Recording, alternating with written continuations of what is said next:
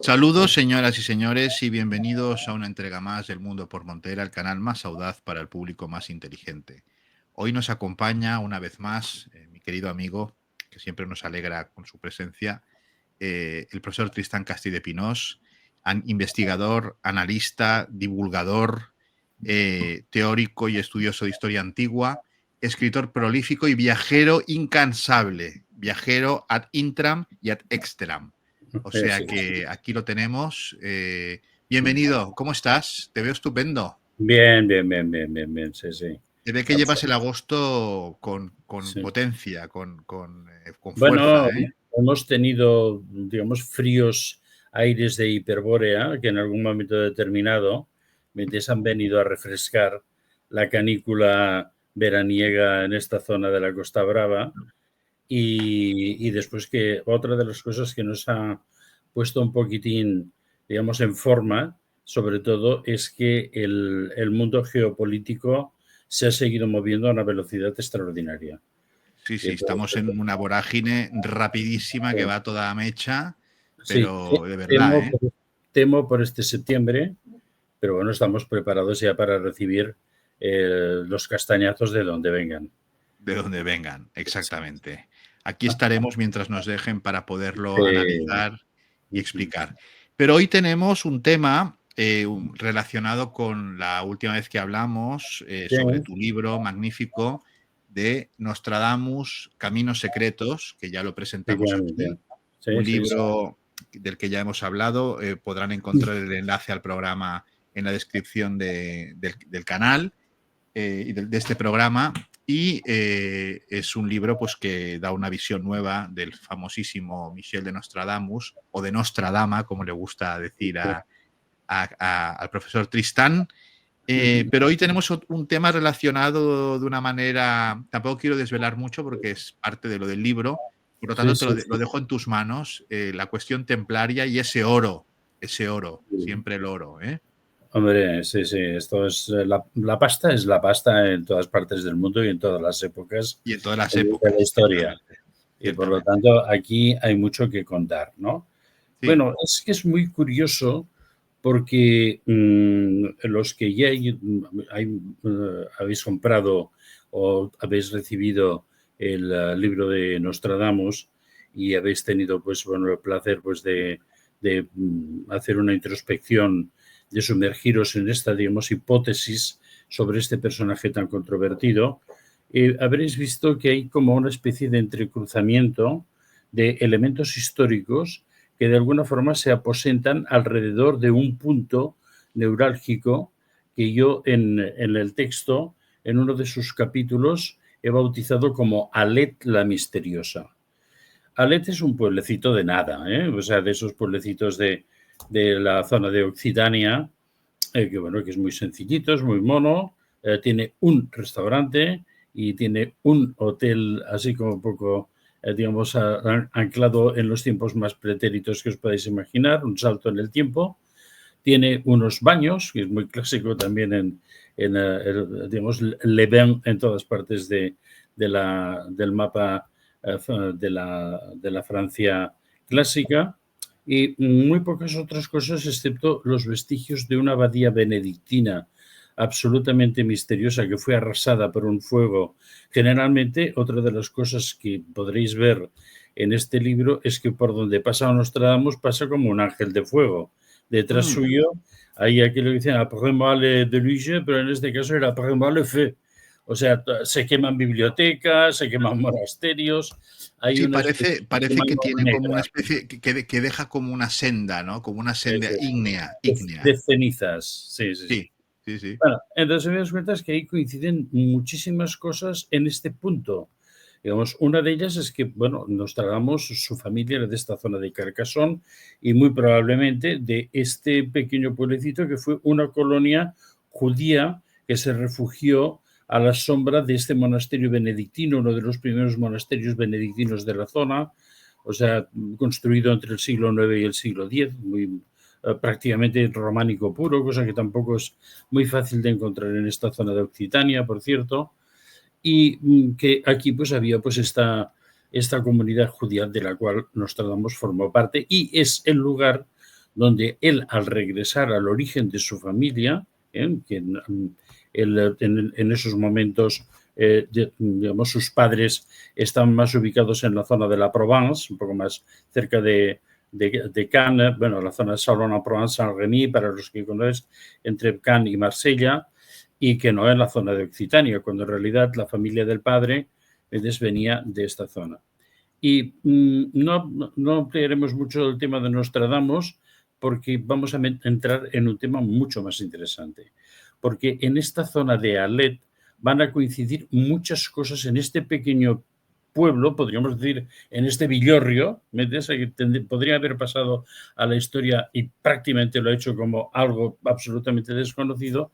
Pasaron muchas cosas y muchos vectores se juntaron aquí. Pero si me permites añadir una cosa, ¿cuántas veces hemos hablado de pueblecitos pequeños en los que pasan grandes cosas? Bueno, sí, sí. Bueno, esto es una constante. Creo que tú acabas de regresar de un sitio muy significativo y que es muy, muy conocido por ambos, ¿no? Sí, Y sí, que sí. también es un lugar que no darías nada, y en cambio, de pronto, ahí, ¿Sí? pues bueno, en fin, no sé si hemos de citar aquí el misterioso nombre del lugar, porque quizás merecería la pena que un día hiciéramos una charla también. Exacto, pero es eso de hablar de que en pueblos pequeños en los que parece que no pasa nada, que son unas pequeñas aldeas, ¿no?, de gente sencilla, pues han ocurrido cosas muy potentes, mucho más que en ciudades, mucho más que en Importantísimas. ciudades. Y hoy vamos a hablar de algo que, digamos, es muy, muy importante en tanto en cuanto, bueno, es uno de los grandes misterios de la Orden del Temple. Porque, claro, eso de la Orden de los Templarios, pues es la orden no del Temple, sino del Templo de Jerusalén. Y entonces, sí, es esa orden que de pronto aparece como de la nada y en menos de 50 años ya tiene encomiendas y castillos por toda Europa, está participando en las guerras de religión, las cruzadas, y ha entrado, digamos, en el escenario político-militar, además, como una fuerza totalmente estructurada, nueva, ideológicamente distinta de todo lo que estaba ocurriendo alrededor. Y claro, pues dices, bueno, y estos tíos, a ver, de pronto, y para hacer todo esto, porque empiezan a construir encomiendas, castillos, y después empiezan a salir catedrales como setas por todas partes. Claro, Y entonces, claro. ahí uno se hace la pregunta, bueno, ¿quién financió todo esto? ¿De dónde salió el dinero? ¿No? Como se dice en catalán, y això qui ho paga. Eso ocupa. Y no era la Caixa en aquel momento, ¿me No, entiendes? La no. Caixa, las Y estrellas eso que los de la siniestras Caixa que son muy buena vuelan. gente. Y eso que son muy buena Sí, gente sí. los de la Los Caixa. edificios, por eso de la diagonal, son un poco siniestrillos, ¿eh? Por Son eso. un poco las torres de Las Mordor. torres de Mordor. Son las torres de Mordor. Sí, sí, coincidimos. Pero vamos al lío del Montepío, hablando de las caixas y cosas de este tipo. Exacto. ¿De dónde sale todo este follón y por dónde podemos entrar ahí para saber qué es lo que hicieron los templarios, qué es lo que encontraron, cómo lo encontraron? Porque hay un know-how en Sí. este tema, y si hay alguna relación con, digamos, previa con investigaciones arqueológicas de nuestro mundo más o menos contemporáneo. Y bueno, ahí ya sabemos que, bueno, que alrededor de Palestina, ya pobres señores de Gaza, que son los últimos actores de esta tragedia mundial, pero siempre, digamos, han ocurrido cosas muy importantes. Y aquí ocurrió que en 1947 de pronto empezaron a aparecer unas misteriosas cuevas llenas de pergaminos interesantísimos y que, bueno, que en un momento determinado fue una cueva, se encontraron unos pergaminos y así hasta 12 cuevas más, donde se encontraron 60.000 fragmentos de pergaminos en diferentes estados, desde pergaminos absolutamente enteros, como el libro del rollo de Isaías, que está expuesto en el Museo del Libro en Jerusalén, y después fragmentos del tamaño de un sello. Se aparecen 4 signos y que después, bueno, todo eso ha sido pues una labor de investigación que en gran parte he descrito, porque hay nuevas investigaciones que han aparecido muy recientemente gracias a un programa nuevo de inteligencia artificial que se llama ENOC, curiosamente, y que ha dado una visión más cercana a lo que yo propongo en mi tesis en el libro Los esenios, la superación de la muerte. Total que, bueno, hasta aquí pues era un descubrimiento fundamental en el mundo de la arqueología del sector bíblico, y porque, claro, era un contingente de escritos que, bueno, que levantó la liebre de las ilusiones de todos los investigadores y todos los ficcionadores, porque hubo mucha parte de ficción en el proceso de investigación, digamos, del mundo clásico, digamos, precristiano. Y bueno, pues hasta aquí, pues mira, eran pergaminos, había algunos papiros, unos escritos así, otros asao, se fueron traduciendo, se han publicado muchos, hay estas nuevas investigaciones y quizás algún día podamos entrar a trapo en esto, pero ¿qué es lo que realmente apareció de verdaderamente excepcional e irrepetible? Porque vamos a ver, unos papelitos que estén escritos no sé qué, no sé cuántos, pues bueno, evidentemente tienen una importancia, pero sí, resulta que en una de estas cuevas, como abandonados indolentemente, sin ningún tipo de conservación ni cuidado especial, aparece algo absolutamente increíble, que es un rollo de cobre que estaba, digamos, como enrollado sobre sí mismo por los dos extremos, lleno de caracteres paleohebreos, pero ¿cómo estaban escritos estos? Como burilados. Y entonces lo más sorprendente es que el grosor de la lámina de cobre, de alguna forma, a simple vista, señalaba como imposible que con un instrumento puntiagudo se hubiera podido escribir dándole un cierto relieve, como si fuera, digamos, tocado con un elemento que de alguna forma produjera un cierto hundimiento de la plancha cuando... Y entonces, sin, digamos, hacer, digamos, de la plancha trizas o dejarla como un colador. Y claro, esto ya era absolutamente, bueno, se pensó que, claro, que cuando estaban en el proceso de descubrimiento de las cuevas, y esto creo que era la cueva número 2 o en la número 3, que todavía quedaba mucho, que aparecerían otros rollos. Y bueno, la realidad de todo eso es que nunca más ha aparecido nada ni que se le parezca. Por lo tanto, estamos ante algo absolutamente excepcional, incluso hoy día, y puerta de todos los misterios y de todas las elucubraciones que podamos imaginar. Pero, digamos, la realidad primera, ¿cuál es?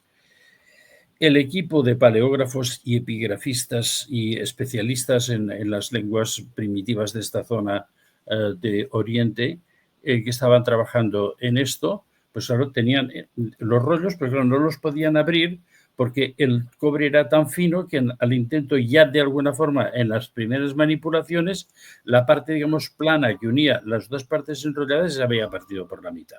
Claro, Es decir, de una fragilidad extrema, ¿no? Es decir, que mirándolo fijamente lo mismo se volatilizaban. Claro. En resumidas cuentas, empezaron a mirar qué es lo que hay allí, pero digamos, uno de los miembros, que además es un personaje que yo admiro muchísimo, uno de los miembros del equipo de traducción, de excavación y conservación que trabajaba en esos momentos en el Museo de Rockefeller, que es donde se estaban acopiando todos los materiales extraídos de las cuevas, empezó a mirar por la parte exterior, era un hombre muy hábil, sobre todo, no tan solo en la traducción e interpretación del hebreo y el paleohebreo, sino en la terminología, digamos, sumerio-acadia. Pues un lingüista absolutamente genial que se llamaba John Marco Allegro y que procedía de la Universidad de Manchester. A él debemos unos libros absolutamente que son un tesoro y las teorías más avanzadas que yo comparto sobre todo este tema de los rollos del Mar Muerto de cobre. Entonces, dijo, bueno, pues hemos de intentar, porque lo que yo estoy leyendo aquí es que habla de un tesoro. Entonces, claro, no era un texto bíblico digamos, el descenso de Elías después de subir con el carro de fuego. Patatín, patatán y todo eso. Lo levantó y se bajó del carro de fuego. No. Hablaba de oro, plata y elementos valiosos. Claro, esto realmente era absolutamente nuevo en toda la historia, porque lo que sí es cierto es que la mayoría, si no todos los textos encontrados en Qumran, que es el lugar donde aparecieron en estas cuevas esta cantidad ingente de pergaminos y fragmentos de pergamino, pues resulta que son textos de carácter religioso, de una forma u otra, o pseudohistórico, o pseudo. Hay también unas normas de la comunidad. Hay un libro muy curioso que se llama pues el libro de la guerra. En fin, que eso es un tema que hemos hablado quizás ya cuando hemos en el canal, digamos, un poco manejado el tema este de los esenios, pero vamos al tema que nos interesa. John Marco Allegro decide enviar con la existencia del rey de Hussein de Jordania, en aquellos momentos esto se encontraba, y bueno, los fragmentos que ahora hay de estos rollos se encuentran en el Museo de Amán también, pues enviarlo a la Universidad de Manchester para que uno de los, digamos, arqueólogos conservadores especialistas en metales de dicha universidad viera la posibilidad de hacer algo para poder extender todo el documento y leer todo el documento, incluso todas las partes que no eran accesibles dentro del rollo. Efectivamente, al final lo envían ahí. Este señor se llama Henry Wright, me parece que me acuerdo el segundo apellido. Entonces, pues bueno, se lo mira y dice, hombre, mira, yo soy capaz de, montando una sierra de joyero, una sierra de disco de joyero muy fina, de ir seccionando sin destruir, al menos procurando no destruir, digamos, símbolos o signos para impedir después su lectura y que entonces lo tengamos extendido y podemos leer todo. Entonces, bueno, después de tener muchas dudas, porque era una experiencia que no se había probado jamás, en aquel tiempo no teníamos rayos láser ni cosas de este tipo, pero al final este hombre siguió adelante con el proyecto y consiguió abrir los rollos. Cuando se abrieron los rollos, pues claro, John Marco Allegro empieza a traducir y dice, aquí se está hablando de la ubicación de un tesoro inmenso. Entonces, a ver, la descripción muy detallada, porque hay la traducción directa de los textos, la traducción muy detallada de que en tal sitio, a 2 pasos del río, dentro de los pies de la columna derecha, hay que cavar, pero con una precisión estupenda y hablando de grandes cantidades de talentos, de oro y de plata, de elementos de culto, que también probablemente estaban realizados en materiales nobles. Un tesoro, vamos, un tesoro. Un tesoro brutal. En resumidas cuentas, pero aquí estaba todo explicado. El rey Hussein de Jordania y el John Marco Allegro pues deciden empezar una campaña de excavación.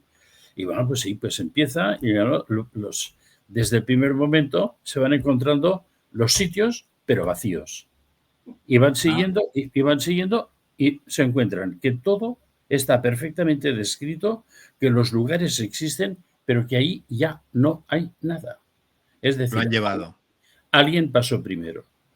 Entonces, al pobre John Marco Allegro, pues bueno, tuvo pues ahí un encontronazo académico con casi todos los otros miembros del equipo de la rollería, que se les llamaban. Bueno, ya estaba acostumbrado Marco Allegro a tener encontronazos, porque era un personaje. Era un rara avis.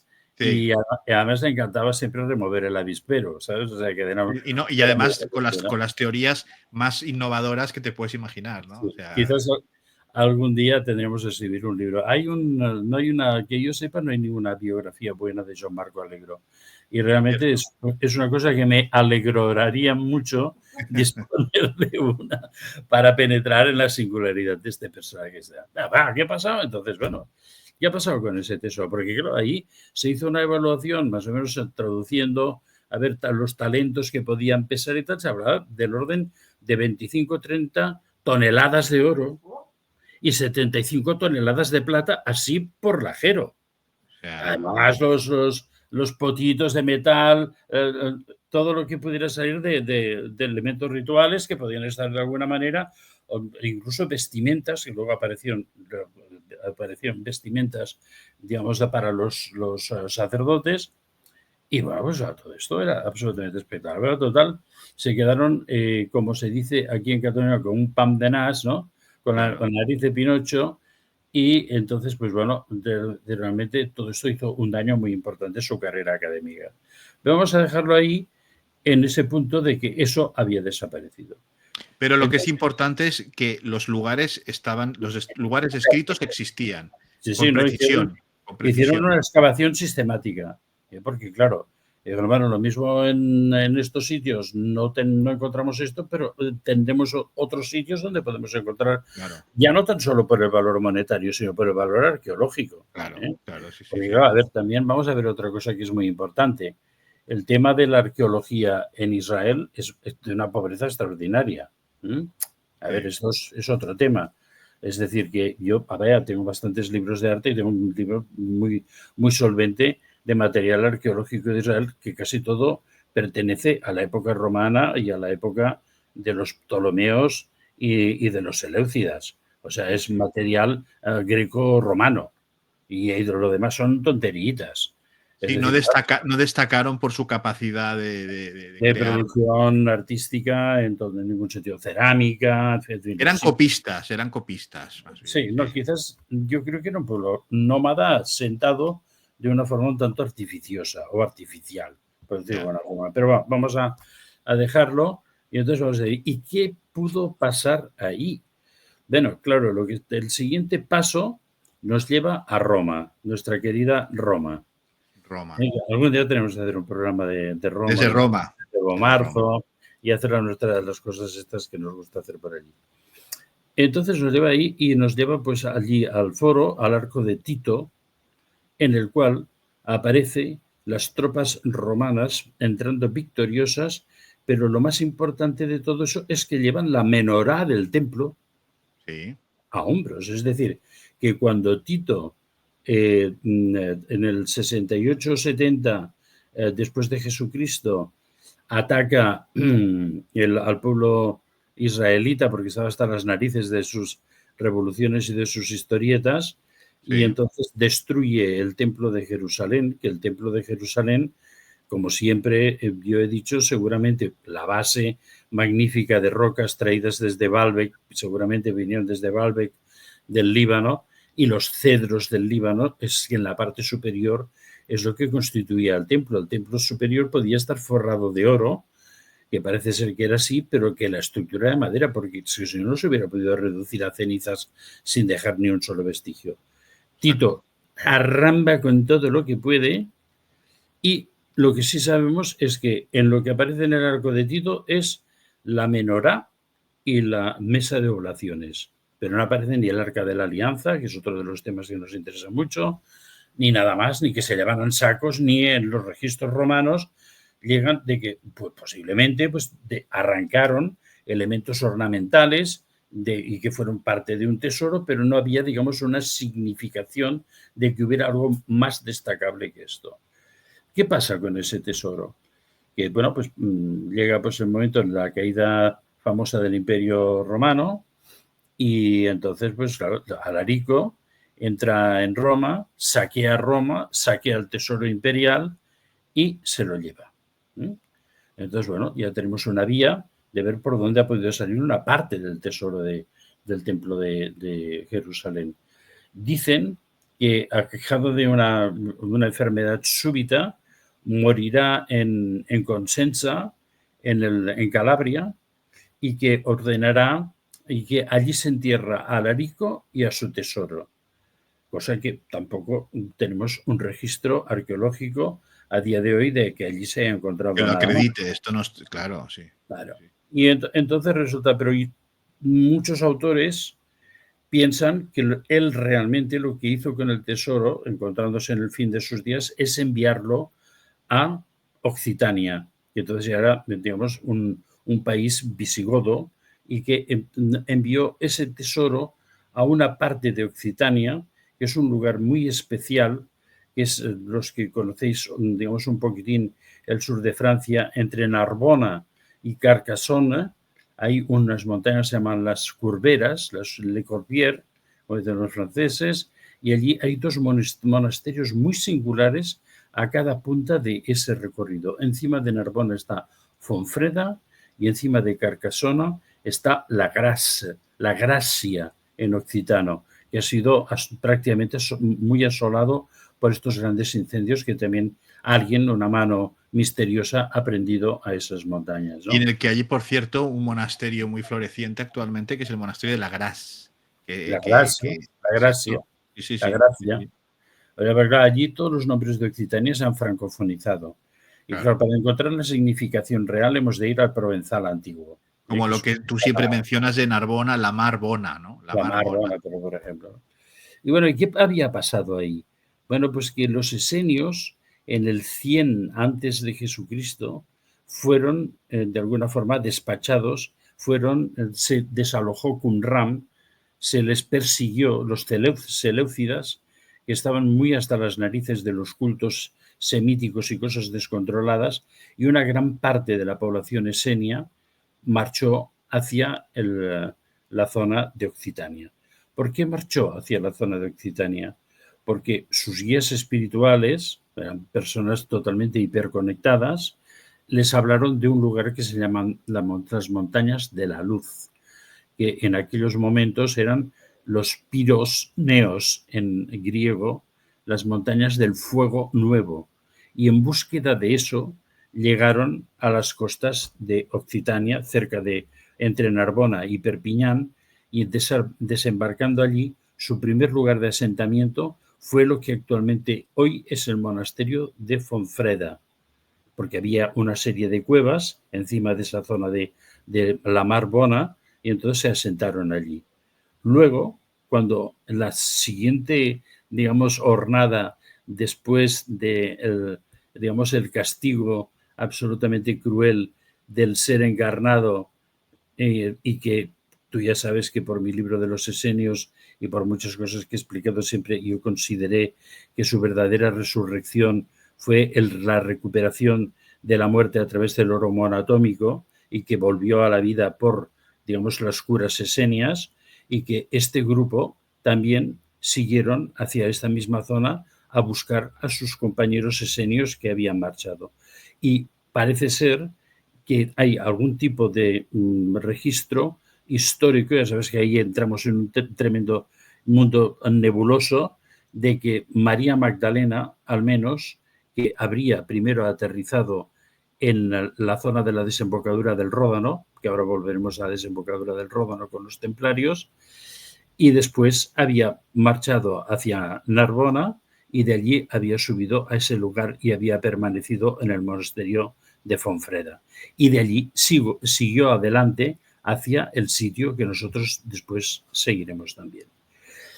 Entonces, ¿qué pasó con eso? ¿Por qué digo esto? Porque estos monasterios están en un lugar donde seguramente ya Alarico dejó una parte del tesoro y dejó la menorá. Tanto es así que hay los suficientes registros históricos de la presencia de la menorá en esta zona, que entre los años 70 80 el Mossad empezó a hacer excavaciones en toda la zona y a buscar en toda la zona, cosa que terminó radicalmente cuando François Mitterrand tomó el poder en 1981 y les prohibió que siguieran excavando. Y dijo, c'est fini, c'est fini.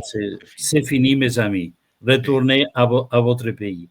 Y entonces, pero tampoco sabemos si sus excavaciones tuvieron resultados, porque obviamente todo esto se hizo en secreto, pero era importante para Israel, porque no eran unos cualquiera los que estaban haciendo estas excavaciones, y que estaban dirigidos por el conocido general Moshe Dayan. Dayan, ¿no? Pues Moshe Dayan. Sí, sí, que además, recuerdo, hay un político francés que se lo encontró en el aeropuerto de Toulouse y que se conocían, y Moshe Dayan le dice, recuerde una cosa, si encuentran algo, dígamelo a mí inmediatamente.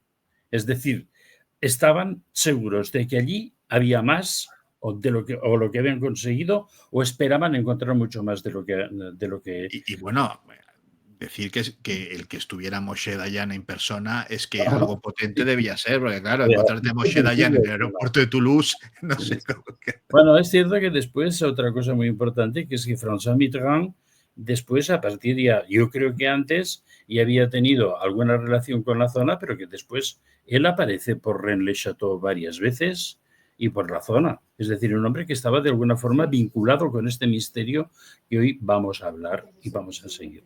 Mitterrand es un tipo muy curioso, por muchas cosas. Es un Sí, personaje peculiar. un socialista típico, por decirlo de alguna forma. Atípico, que había trabajado en el gobierno de Vichy, es decir, es un personaje Sí, interesante. ¿Eh? Yo diría que era un socialista napoleónico. Más que un napoleónico. socialista, este sí que era un socio listo. Exacto. Pues los otros parecen un poco atontados. Bueno, perdonar los amigos digamos, listas, ¿me entiendes? Porque lo que está pasando ahora no nos da muchas esperanzas. Desde luego. ¿Qué pasa con los templarios? Bueno, pues resulta que todo esto se había perdido. Y estaba el tesoro, había esto de aquí, pero todo lo demás, ¿dónde fue a parar? Y esto será, ¿sabes esas cosas del destino que de pronto aparece el personaje clave en el momento clave? Y el personaje clave se llamaba Bernard de la Fontaine.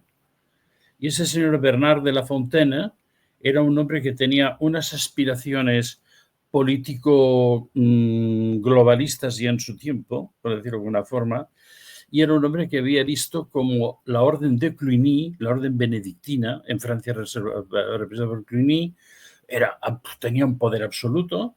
Bueno, en París, al lado de la Sainte-Chapelle, y actualmente es el Museo de la Moyen Âge, está el Palacio de los Abades de Cluny cuando iban a París, o sea, no ninguna tontería. Era un poder político. Y entonces él piensa que él puede hacer como Ignacio de Loyola en su momento, quizás, o inspirado por él piensa que puede reconvertir eso en un poder eclesiástico, porque claro, la Iglesia seguía siendo un poder temporal increíble. Claro. Era el poder espiritual, pero un poder temporal increíble. Y piensa que puede montar una reforma de la orden benedictina y entonces intenta con un primer intento. También hay otro personaje que se llama Robert de Molesmes, que también está intentándolo, y que si sí, que si no, que si la comunidad, hay una comunidad pequeña, surgen muchas contradicciones entre ellos, y una parte de la comunidad se queda en Molesmes y otra comunidad se va hasta Citeaux, que será el verdadero lugar de asentamiento del orden del Cister. Yo creo que el Cister viene de Citeaux, el lugar que, por cierto, que si algún día vas por allí, te recomiendo que vayas porque es un sitio absolutamente perdido en la nada, y el monasterio es un lugar muy interesante, por cierto, más que Clairvaux.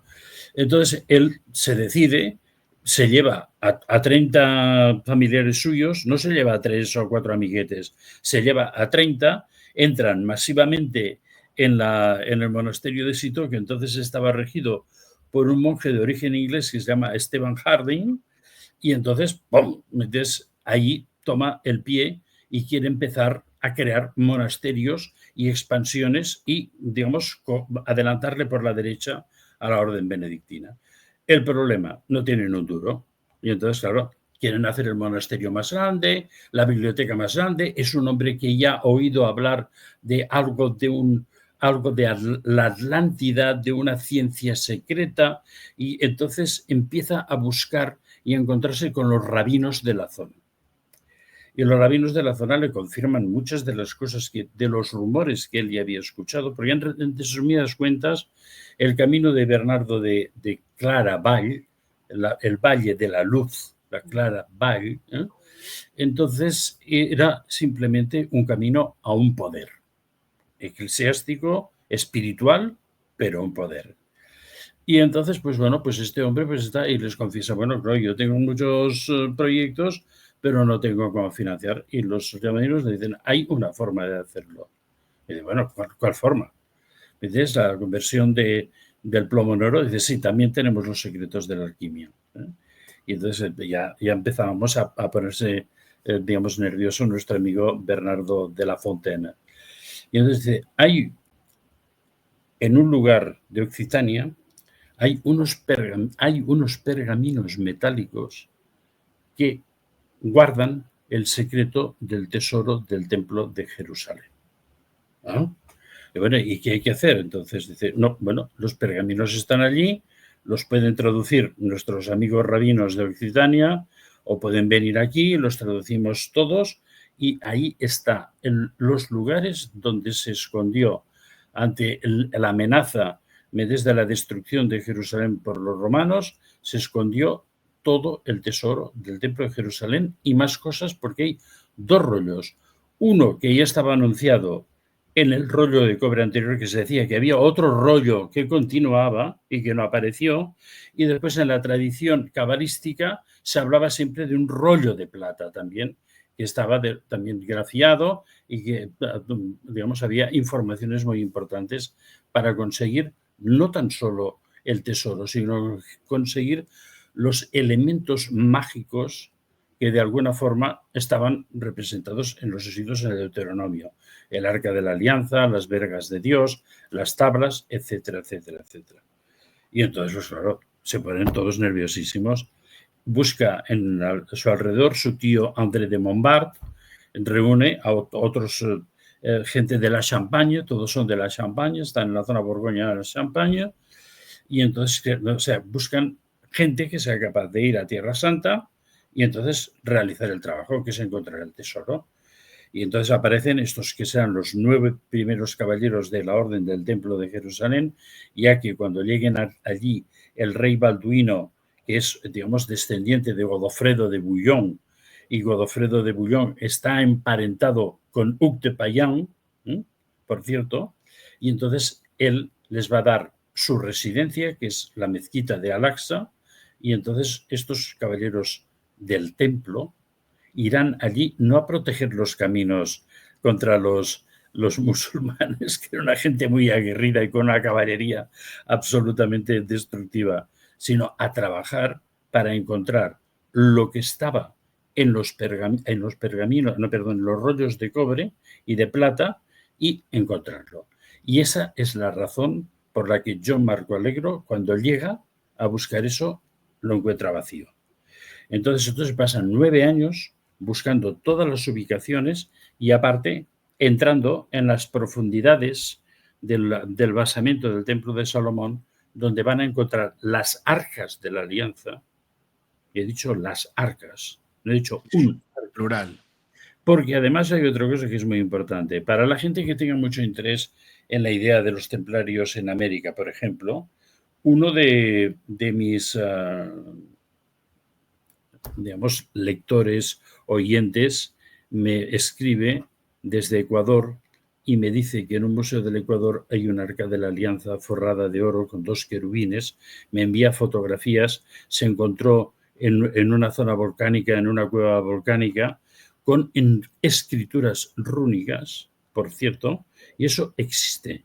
Es decir, que las arcas era una tecnología que podía ser replicada de alguna forma y que alguna de esas tecnologías, elementos tecnológicos, fue llevado a América y además, si os interesa el tema, miraré de pasaros los contactos con esa persona, además las fotografías y digamos, lo que está descrito en el sistema museístico de Ecuador, que es donde se conserva esta Arca de la Alianza. Es un poco más naif de lo que la imaginaria siempre nos ha pintado, pero oye, están los querubines, está forrada de oro, 2 de 3, bueno, es lo mismo. Ya. Pues muy bien, pues entonces estos señores llegan allí y encuentran todo esto.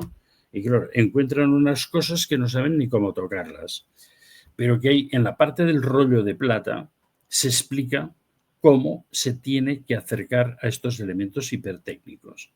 Porque estos elementos hipertécnicos que están guardados ahí en los 1000 espacios que están por la base, lo que ahora conocemos como el Muro de las Lamentaciones, y ahí se ve que hay espacios absolutamente increíbles, ¿no? Inmensos.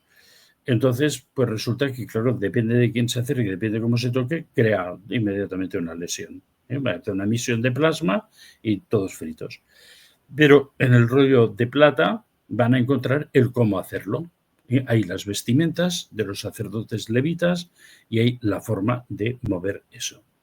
Entonces, una vez lo tienen todo controlado, llamarán al conde de Champaña para enseñarles, bueno, ahora tenemos esto, ahora qué vamos a hacer con esto. Y claro, entonces lo primero que dicen, bueno, pues nos llevamos a la Champaña. Somos nosotros los que hemos descubierto. Bernardo ha sido el que de alguna forma lo ha propiciado, y lo vamos a reunir todo allí, y esto sería la fundamentación del poder de las dos órdenes, la templaria y la cisterciense. Y claro, entonces, ¿cómo lo van a hacer esto? Primero tendrán que ir a Roma, que esto está muy discutido, si van, si hablan con el Papa, que creo que era Calixto II en aquel momento, porque claro, para hablar con el Papa seguro que tenían que llevar alguna cosa que lo dejara épaté. Lo mismo que hizo Loyola con los 9 compañeros cuando van al Papa y le enseñan algo y dicen, bueno, nosotros en base a esto queremos montar una nueva orden templaria. Y ya estamos otra vez en el lío, porque, digamos, Ignacio Recalde había encontrado algo también. Pero los templarios habían encontrado las vergas de Dios, que eran como una especie de mando a distancia que dejaba frito, mientras hacía una misión de plasma, dejaba frito cualquier cosa. Y esto, claro, era algo muy convincente para la Iglesia de aquel momento. Con lo cual, que si les dan todas las bendiciones, después vendrá el famoso concilio de Troyes. Por cierto, a los que les guste la Orden del Temple, que no se pierdan ir a Troyes, es una ciudad súper mágica, la catedral es flipante, es hiperconectiva, os recomiendo muchísimo que vayáis. Y bueno, pues en resumidas cuentas, pues ya tenemos esto. Ahora, ¿cómo lo vamos a llevar y cómo lo vamos a esconder? Porque claro, cuando lleguemos a Francia, están los duques y los condes y los reyes y todos. Etc. Sí. Digamos, cualquier cosa que oliera a oro brillante. Y que brillara. Porque estábamos hablando de lo que decía el John Marco Alegre, decía, aquí pone que hay 30 toneladas de oro y 75 toneladas de plata. ¿Cómo vamos a llevarlo esto? Entonces ellos organizan una expedición marítima, cargan todo eso. Lo de las arcas de la alianza constantemente es un problema, porque se ha de ir con un cuidado inmenso, porque eso emite solo que te acerques y que no tengas... Claro, ¿por qué vamos a suponer, si volvemos al Deuteronomio y supongamos que lo del Éxodo es fiable, que Moisés, que era pueblo de Israel y que no eran otras cosas como yo he explicado en mi libro de los Esenios? Él escoge a una tribu en especial porque son los que tienen la señal genética, son los que se pueden aproximar sin que los aparatos hipertécnicos que hay los reconozcan como enemigos y los frían al momento.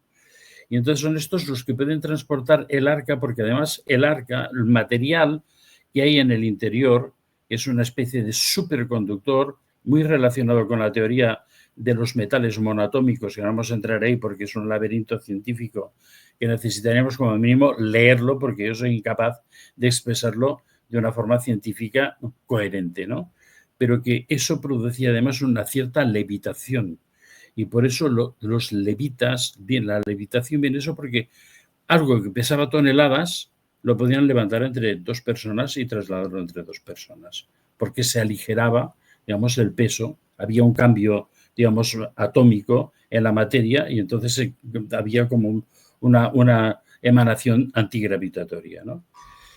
Lo montan esto, lo llevan, van a hacer el famoso, lo que llamamos el camino de la estirpe sagrada, que es el mismo que hicieron los esenios para ir a los pirosneos y lo que hicieron María Magdalena, el Jesucristo resucitado, los niños, sus hermanos y sus seguidores para llegar también al mismo sitio. Y entonces, bueno, simplemente salen, pues bueno, de Judea a mar abierto, siguen las costas, van a buscar las costas de Creta, van haciendo la navegación por cabotaje, porque llevan una cantidad de tesoros y también en aquel tiempo debía haber, digamos, gente de mal vivir tipo piratas en aquel tiempo.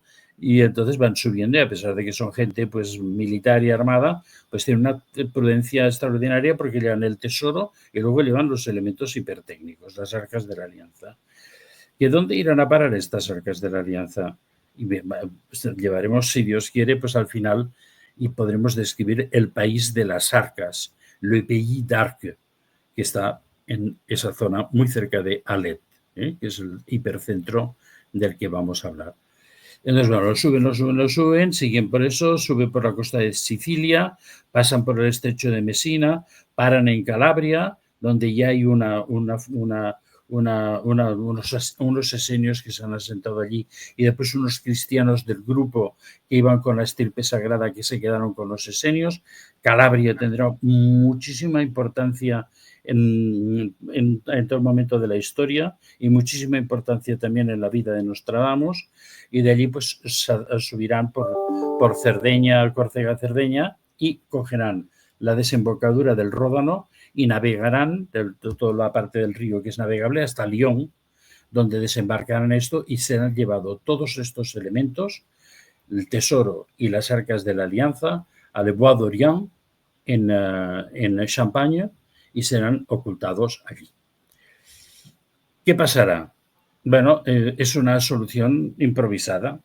Claro, tanto movimiento y tanto sigilo y tantas guardias armadas alrededor de las cosas levantan evidentemente la curiosidad de todo el mundo. Hay otra cosa que es muy importante, que las arcas siguen emitiendo una, digamos, radiación. Hay algo que va emitiendo y no. Tienen que encontrar, ¿entiendes?, a los rabinos que les vuelvan a leer todo para confirmar, ¿me entiendes?, que todo lo que se va a hacer y todo lo que se va a manipular va a ser inocuo para la gente que lo manipula. Claro. Entonces apartan, dejan el tesoro en Le Bois d'Orient, y entonces en las arcas y el material hipertécnico lo llevan a un sitio, no sé si por una significación puramente mágica, al bosque donde se asesinó al último rey merovingio, Dagoberto II. Y quiero hacer una aclaración y decir que en mi libro de Nostradamus hay un gazapo que en lugar de poner Dagoberto II pone Dagoberto I, le falta un palito. Pero que lo tengáis en cuenta, no me lo reprochéis. Y entonces estos se dejan allí, y esto se acerca de un pueblo que actualmente se llama Stenay. Y entonces las arcas, que están mal, digamos, adecuadas, empiezan a emitir. Y la gente del pueblo empieza a tener de todo: cáncer de piel, empiezan a tener hemorragias descontroladas, leucemia, las chicas embarazadas pierden los niños, o digamos alteraciones genéticas en los recién nacidos, y empieza a haber la idea de que hay un poder diabólico en aquel lugar, de tal forma que empieza una maldición, ¿no? Como una maldición. La villa del diablo. Y entonces, pues bueno, claro, los templarios tienen que pensar qué hacer con todo esto. Hoy en día la villa se llama Stenay, que antes también era, digamos, Urbs Stenacensis, la ciudad de Satanás. Hay muchos lugares en Stenay, entre ellos el propio ayuntamiento, que uno de los elementos decorativos es una cabeza del diablo.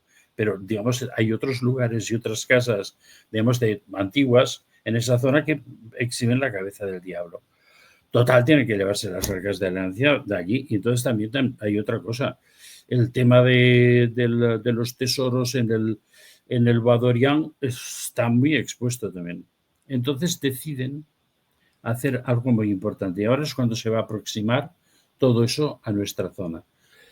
Irse cerca de donde está, digamos, fuera de los dominios directos de la monarquía francesa, que podían ser los más apetentes de meter mano a todo eso, y van a crear unos subterráneos inmensos cerca de un lugar que actualmente se llama Limoux, en provenzal Limoges, y en esos sótanos inmensos van a poner tanto los elementos hipertécnicos como los tesoros.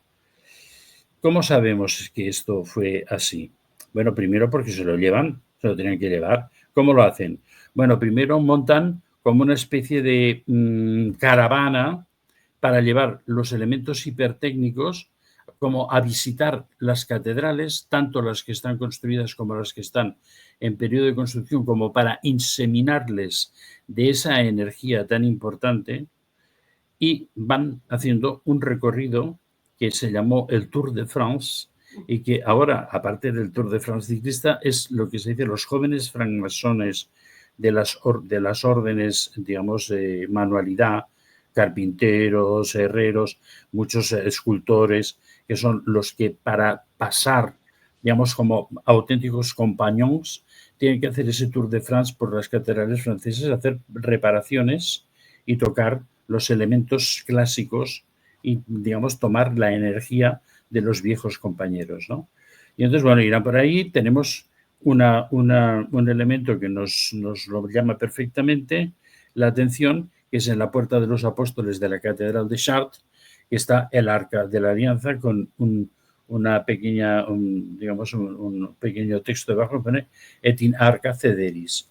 No sabes si es que el arca se queda, que para mí sería posible que una de las allí. estuviera debajo del laberinto de Chartres, porque, a ver, para muchas personas que han estado en Chartres, y espero que algunos de los que nos han oído hayan estado y han intentado experimentar con el laberinto, bueno, tanto Olga como yo hemos tenido experiencias físicas, no espiritual, que le decir, ay, sí, he tenido como una visión. No. Cuando estás en el centro del laberinto es una experiencia física. Que eso queréis, lo explicamos otra vez. Y quizás sea alguno de nuestros videntes, por decirlo de alguna forma, que también haya tenido una experiencia de este tipo. Y yo siempre he pensado que allí se quedó una de las arcas, porque siempre he dicho que las arcas no son unas, sino son muchas. Y entonces el resto fue bajando hacia esta zona de Limos, mientras el tesoro bajaba otra vez navegando el Ródano hasta la salida de la Mar Bona, y de la Mar Bona era llevado a Limos, que está cerca de Alet.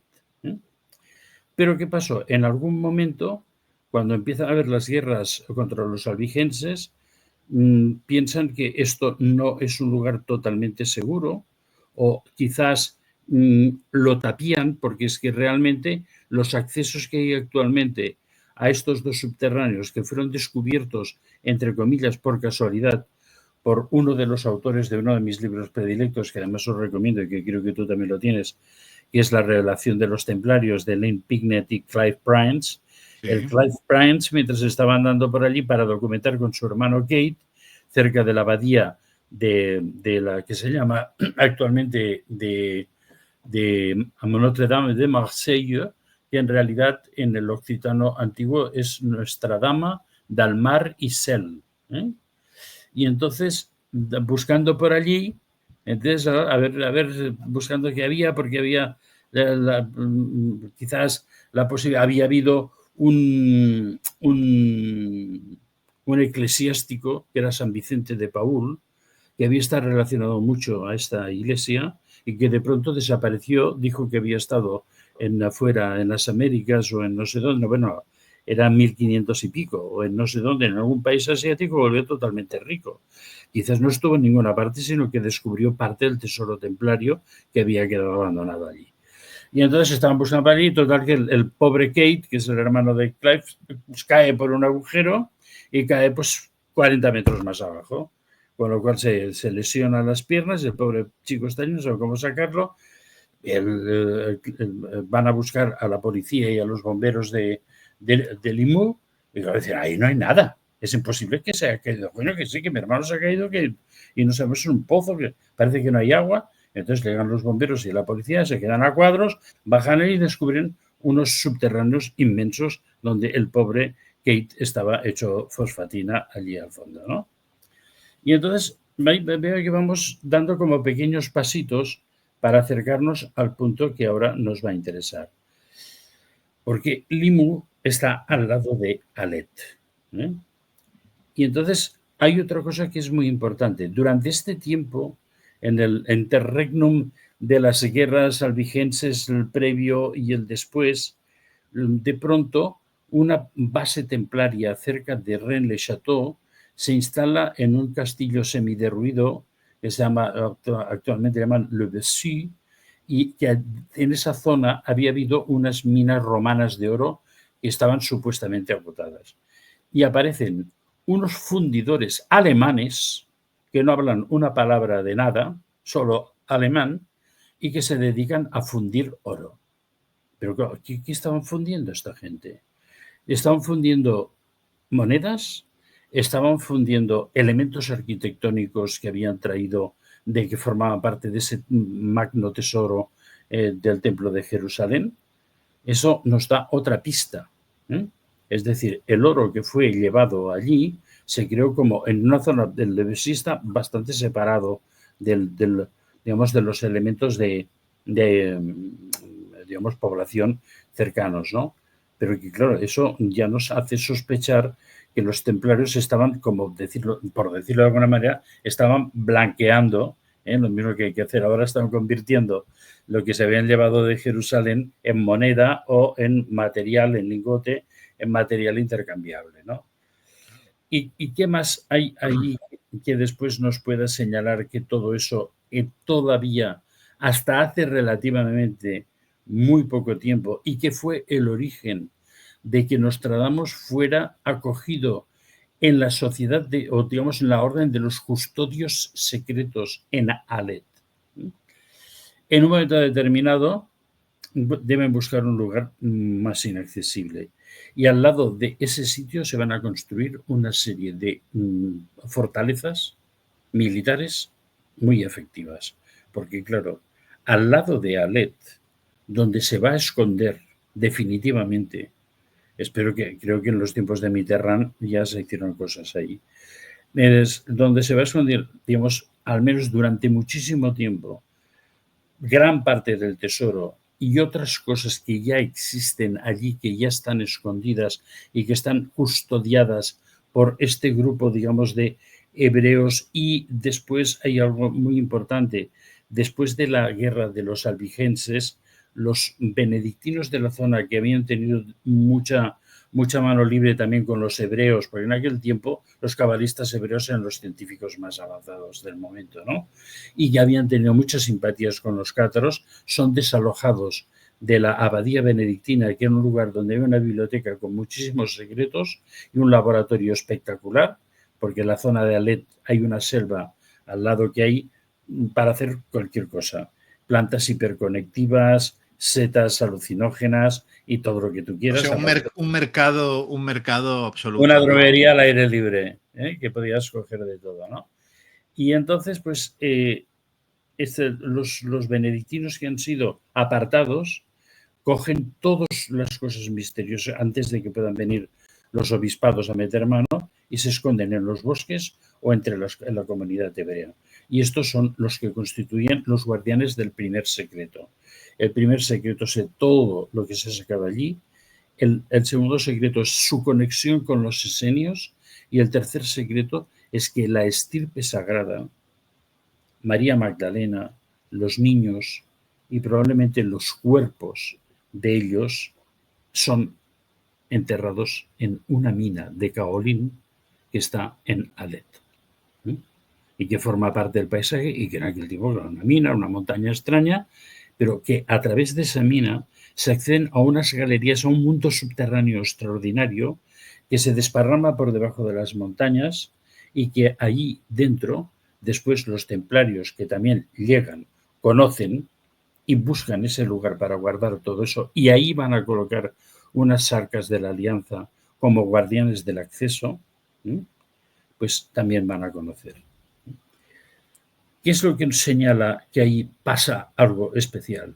Pues mira, alrededor de ese sitio os voy a denominar los castillos que tenemos. El más importante que podéis visitar y dormir, que es nuestro cuartel general, cuando vamos a Olgueiro es nuestro cuartel general absoluto. A ver si algún día vamos juntos, que es una experiencia muy bonita. Es el castillo de los duques de la Joyeuse, una fortaleza cuadrada con 4 torres magníficas al lado del río, precioso. A nada de kilómetros está el castillo de Serres. Serres es el que cierra la puerta.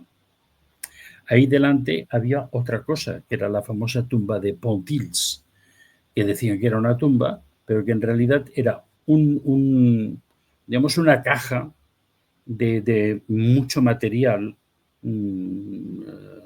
piedra y después varias capas, digamos, para alisarlo de mortero final, que es la famosa tumba donde aparecen los pastores de la Arcadia de Nicolas Poussin, con el paisaje que hay allí, que puedes ir allí, es el mismo paisaje que el cuadro de Nicolas Poussin, donde pusieron algunos de los elementos hipertécnicos o las tablas o las vergas de Dios, algo que no pudieran controlar, y lo pusieron allí sellado para que en el futuro ya se encontrara. Y eso era la tumba de los Pontils. Delante estaba el castillo de Serres, ahí. Pero a nada de kilómetros está el castillo de las Arcas, el castillo de Arques. Ahí he estado yo, sí. Has estado tú. Que no tiene ningún sentido que esté allí. Es un Sí, castillo. lo mismo has estado con alguien que no sabía dónde iba también, ¿no? Exactamente, sí, estuve con alguien, pero es como si hubiera ido solo. Pero me refiero que no tiene, o sea, es una ubicación absurda, o sea, no tiene ningún sentido ni estratégico ni evidente, ¿eh? O sea, evidente. Pero todavía no hemos terminado, ¿eh? Está el castillo de Custasa. El castillo de Custasa fue desmontado piedra a piedra por uno de los reyes de Francia buscando algo que no se sabe si encontró o no. Y que quedan unos vestigios, prácticamente muros, lienzos de pared sin ninguna apariencia militar. Custasa está cerca también. Montasels, que quiere decir subir al cielo.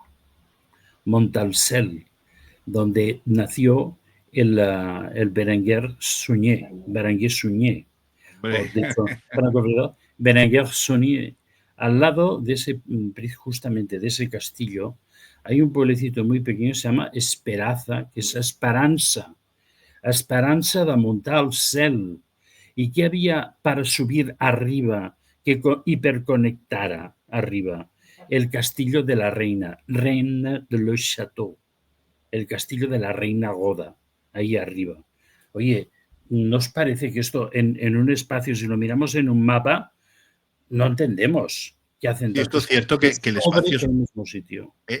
La dimensión territorial es muy pequeña, o sea, y está lleno, claro, esto es... Bueno, nosotros ahora, de pasado, yo creo que primeros del año próximo, vamos a hacer un viaje allí con el tema Nostradamus, porque claro, ahí Nostradamus queda muy ligado a la villa de Alet.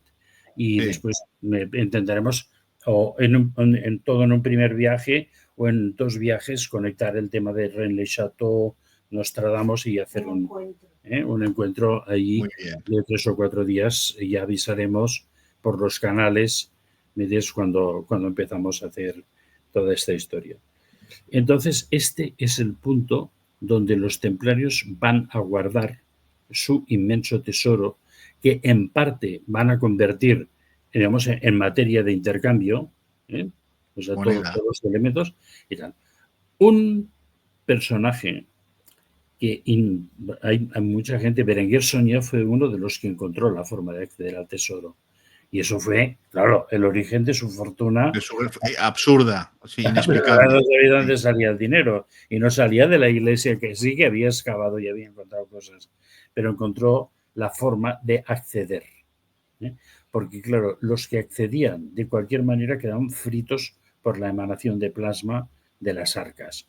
Philippe de Cherisey, que está muy discutido, todo alrededor de todo eso que estamos hablando, hay teorías, discusiones apasionadas y todo lo que queráis. Pero si vais al sitio y lo que intentaremos hacer, ir siguiendo el caminito, entonces es cuando vamos a tocar la energía. Y tocando la energía es cuando te das cuenta de que hay una realidad que no te lo puedes explicar por información, pero que está emitiendo constantemente, ¿no? Philippe de Cherisey, gracias a que tuvo informaciones importantes, hizo un acceso y lo explica. Me parece, te he puesto un fragmento del relato de Philippe de Cherisey en el libro de Nostradamus. Encuentra cuerpos parcialmente, digamos, tocados por diferentes grados del plasma, algunos incluso con las vestiduras, están como momificados, otros absolutamente ya en los huesos. Puede acceder y llega a una zona donde están almacenadas, donde están las arcas, puede ver las arcas y puede ver acopiados unas tejas de oro macizo que él dice que son las tejas del templo de Salomón. El templo estaba cubierto de oro también, el oro es un material hiperconectivo y de alguna forma, en tanto en cuanto por masa, de alguna forma también actúa sobre nuestro sistema celular. Por eso es tan importante llevar alguna pieza de oro, o los que pueden meter, pues llevar más de una. Porque de alguna forma el oro es un material eterno, no se oxida. Bueno, eso es una de las cosas que te quería comentar, que hoy no, porque excede el tiempo que tenemos para esta charla, pero y el tema además, pero un día tenemos que hablar de el oro, por qué el oro es tiene este protagonismo a lo largo de la historia hasta el día de hoy en todo lo que es pues la riqueza, o sea, ¿por qué el oro y no cualquier otro material, ¿no? O sea, yo creo que sería un tema muy interesante Sí, para poder abordar, ¿no? sí, lo haremos, hablaremos del oro monoatómico también, que es la parte importante, porque es el punto en el cual, digamos, hay una posibilidad de detener el proceso degenerativo. Y entonces, y por lo tanto, en cuanto a alargar la vida a unos niveles importantes. Hablaremos de eso, hablaremos de Ettore Majorana y del neutrino de Ettore Majorana, que es un elemento que es confluyente también. Y bueno, cuando podamos, pues estaré encantado. En la medida de que mis, digamos, leves conocimientos de física y química lo permitan, sin decir demasiadas barbaridades, para poder charlar de todas estas. Como siempre, nos has dejado a todos boquiabiertos con tu capacidad didáctica y sobre todo con tus conocimientos sobre un tema del que sí, los que nos interesan estas cuestiones, pues hemos leído y estudiado, pero siempre tú eres capaz de hilvanar todas estas cuestiones de una manera magistral y por eso recomiendo, como ya hice en el programa anterior, a todo aquel que le interese en estas cuestiones que no deje de hacerse con un ejemplar del libro de Nostradamus. Sí, aquí vais a encontrar esto.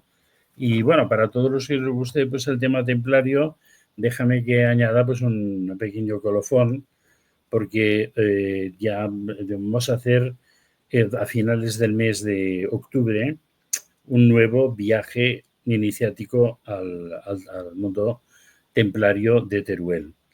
Y que entonces, pues bueno, digamos, son muy pocas plazas.